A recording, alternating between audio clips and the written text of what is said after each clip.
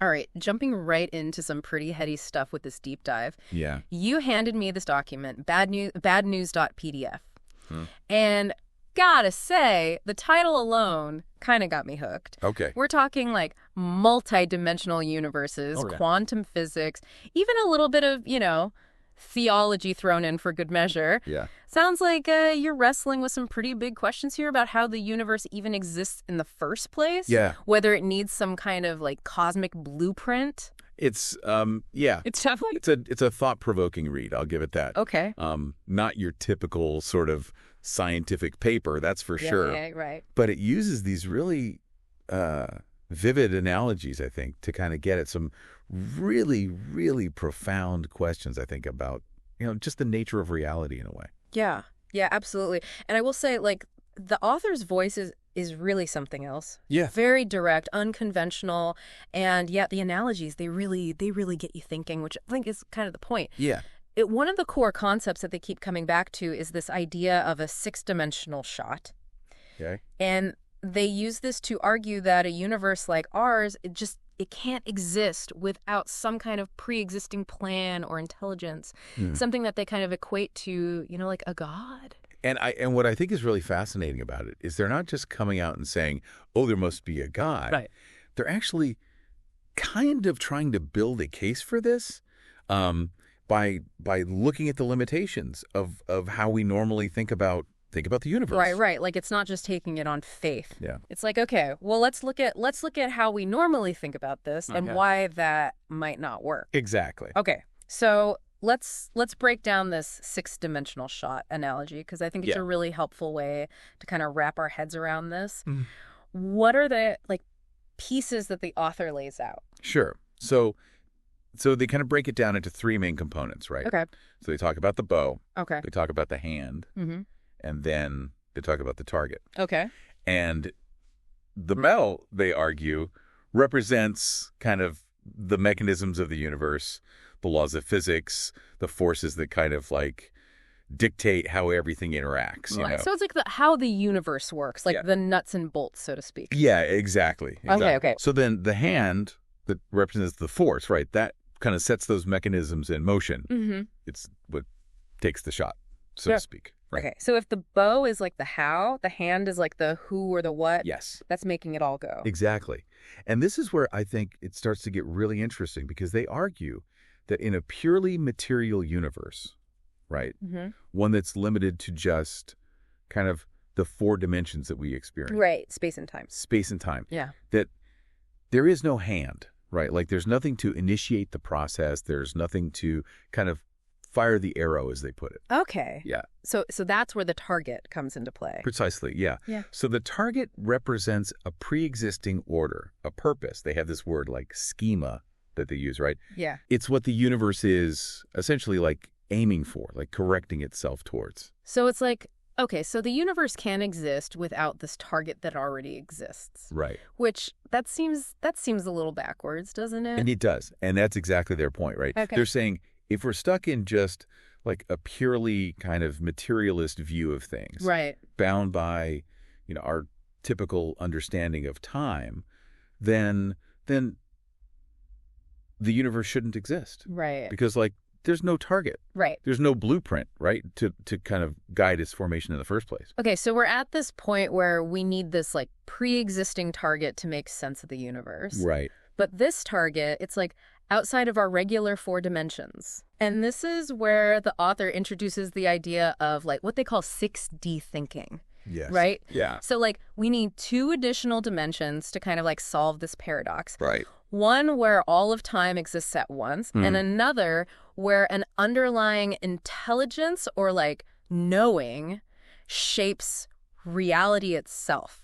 So hold on. So we're not just talking about a straight line from past to present to future. Really? It's more all of time is layered on top of itself. Yeah. Happening simultaneously. Right. They use this. That's a pretty wild concept. It is. They use this analogy of a DVD. Have you ever thought about that? Okay. You can hold the entire movie. Right. In your hand. Yeah. All moments exist at once. Yeah. But you experience the story linearly as you watch it. Right. Yeah. So they're suggesting that our perception of time Okay. is like watching the DVD. Got it. But reality itself might operate more like the DVD itself, Okay. where all moments are coexisting. Interesting. All right, Like, you see what they're getting at. yeah. So it's a very different way of kind of conceiving of how reality might actually be structured. Right. As opposed to just how we perceive it, you know? Yeah. Okay. Okay, so with this whole like 6D framework, Right. the target, it's like this blueprint for the universe. It already exists outside of time. Right. It's like the foundation for like everything else to kind of unfold from. Yeah. The author kind of connects this back to the idea of like God or like an ultimate schema. Yep. But I'm curious, like, how does it actually hit this target? It's not like gravity suddenly gets a conscious upgrade. Right, right. And is like, I'm aiming for the target. It's not about like a conscious aim in the way that we normally think about it, right? Like the author seems to be suggesting that this knowing, this inherent order, it's almost like it's built into the very fabric of reality itself. Okay. Like it's not so much that it's not that the universe is like thinking about where it needs to go. Okay. It's that this inherent knowing is what allows it to make the shot in the first place, you know. So it's not that someone set things in motion, but the very rules of reality, this knowing, it implies that there had to be something to know in the first place. Exactly. Yeah. And I think that's a really key point to kind of like illustrate this idea even further. The author delves into kind of some intriguing territory, quantum physics. Okay. Specifically, they point to something called Wheeler's delayed choice experiment. Quantum physics. I always feel like I need like a crash course before we go there. Right. We don't need a whole course today, but I do think what's so fascinating about this experiment is how it really does seem to challenge our everyday understanding of cause and effect. Okay. You know, like we tend to think about things happening in a very linear way. Right. This happens, then this happens as a result, right? Right. But what this experiment seems to suggest, and what the author really latches onto, is that there might be more to time than we realize. Okay, so walk me through it. What is this delayed choice experiment? Sure. And what makes it so strange? Okay, so imagine you have like a tiny, tiny particle of light, a photon, right? Whoa. Traveling towards a screen, right? Okay. Now, there are two slits that this photon can pass through. Okay. Got it. What's so wild about this experiment is that even after the photon has seemingly chosen a path, Okay. observers can still influence which slit it went through. Hold on. Even after the choice is made. Right. So it's like we're like changing the past retroactively. It's tempting to see it that way, and I think that's part of what's so mind-bending about it. Okay. But it's not quite time travel in the way that we typically think about it. What it suggests is that our choices in the present can actually influence what we perceive as events that have already happened. Whoa. Right, and that's where it starts to get really, really interesting for the author. Because it lines up with this idea that time itself might not be as straightforward as we think. Exactly. Like, it's not just this straight line. If our present choices can somehow influence the past, then our very notion of past, present, and future starts to break down. Right. And it suggests that maybe, just maybe, there's this higher dimensional reality where all moments are coexisting in some way. It makes you wonder if the universe has, like, a sense of humor, like it's just playing with us at that point. But do they really think that this one experiment, like, proves this whole idea at a higher dimension? Well, it's not about definitive proof in the Right. in the kind of strict scientific sense, right? Right. But it's about, like, challenging our assumptions. Like, the author is really using the delayed choice experiment as a way to kind of highlight the limitations of what we've been calling this 4D thinking. They're saying, look, reality itself, at its most fundamental level, is weirder Right. than our kind of traditional frameworks can fully grasp. Okay. And in that weirdness, right, like in that breaking down of our normal ways of thinking about things, that's where they start to see potential evidence for something more. For something beyond our current understanding. For something beyond, exactly. Okay, so something that might just align with this whole concept of universe that is guided by this pre-existing knowing. Yeah. It's a bold connection to make. It is. But of course, not everyone is on board with this whole 6D idea. Like even in what you sent, the author brings up some opposing viewpoints. Yeah, of course. Specifically, they mention arguments from people who believe that the universe is the result of random chance, not design. Yeah, right. So they kind of delve into the arguments that are often put forth by, prominent atheists. Right. Like Richard Dawkins, Stephen Hawking, folks like that. Okay. Right. And one of the key ideas there is this idea of spontaneous generation, right? So the idea that the universe could just arise from nothing.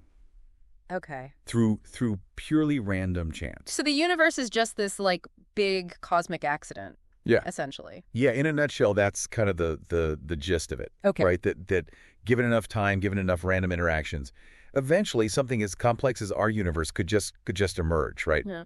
Without a need for a creator, without a need for a plan. Okay. It just kind of happens. And they probably bring up evolution as well. Oh, absolutely. Okay. Yeah, that's a big one, right? So the author points out that atheists often point to evolution as kind of the ultimate evidence against the need for a designer, right? Oh, right. Life as we know it, they would argue, emerged gradually, right? Mm-hmm. Through these processes of natural selection, random mutation. Yeah. Not because of some sort of preordained plan. Okay, so on the one hand, we have the universe like popping out of nowhere. Right. And on the other, we have life arising through these like random mutations and natural selection. So what does the author say to that? Like how do they counter those arguments? Right. So they kind of approach it from a few different angles. Okay. One of the things that they really hit on is this idea of the probability problem. Right. Like inherent in this idea of spontaneous generation. Okay. And they use this analogy that I think is kind of helpful. It's I think they called it the ultimate Boeing 747 analogy or something like that. Okay. I love a good analogy, so lay it on me. All right. So picture this. Yeah. You have a tornado. Okay. Right. Ripping through a junkyard. Got it. Okay. And the author asks us to imagine this tornado somehow miraculously assembling a perfectly functional Boeing 747. Okay. From all the scattered scraps. Right. Right? Yeah. Like that level of improbability. Yeah. That's kind of what we're talking about when we suggest that the universe or even life itself could arise solely from random chance. I get it. Like the odds of that happening are astronomically small. Astronomically small, exactly. The powerful visual, though, like I can see it. Right. It's compelling. And they're using that, right, to suggest that while chance might very well play a role, right, it's highly unlikely that it's the whole story. Right. The odds are just too heavily stacked against it. Yeah, it's like, how did all this random stuff become not random? Exactly. Okay, so if sheer chance isn't a satisfying answer, like for the universe's existence, like where does that leave us? Yeah. It seems like the author keeps like circling back to this idea of knowing, this inherent order. Right. But I'll admit, I'm still kind of wrestling with like what that actually means. Like, Are we talking about a conscious universe here? Right. Like some kind of like cosmic mind? I think that's a question that gets to like the very heart of this whole discussion. Yeah.